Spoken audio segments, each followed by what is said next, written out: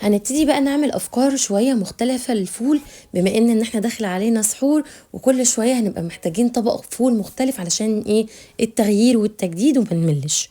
هنعمل النهارده طاجن فول حلو جدا، وش وش بيتزا كده، وفيه مكونات رايحه للبيتزا. يلا بينا. اول حاجه جبت ووك وشويه من الزيت، حطيت فيه بصله كبيره مفرومه ناعم، دبلتها كويس، نزلت بفصين من الثوم المفرومين ناعم، قلبي قلبي، بعدين نزلت بمعلقه كبيره من صلصه الطماطم ورشه من السكر، قلبي كله مع بعض، نزلت عليهم بحبه كبيره من الطماطم المبشوره وربع كوبايه من الميه المغليه، وسبتهم كده يتسبكوا. بعدين نزلت عليه بكمية الفول اللي انا عايزاه مهروس، عايزاه صحيح، براحتك. البهارات دي هسيبها لكم تحت الفيديو. بعدين هوطي النار واسيبه يتسبك كده شوية مع بعض. بعد ما تسبك بجيب طاجن حلو كده وانزل فيه بالفول. هعمل فيه فتحات كده وابتدي انزل في كل فتحة ببيضة، وكل بيضة هرش عليها ملح وفلفل اسود بساط جدا. بعدين هحط بقى ايه؟ فلفل اخضر، فلفل احمر، زيتون، عندك بسطرمه حطي، شكلي يعني في الحته دي.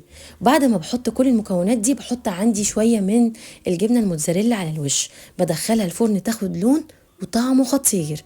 وبالهنا.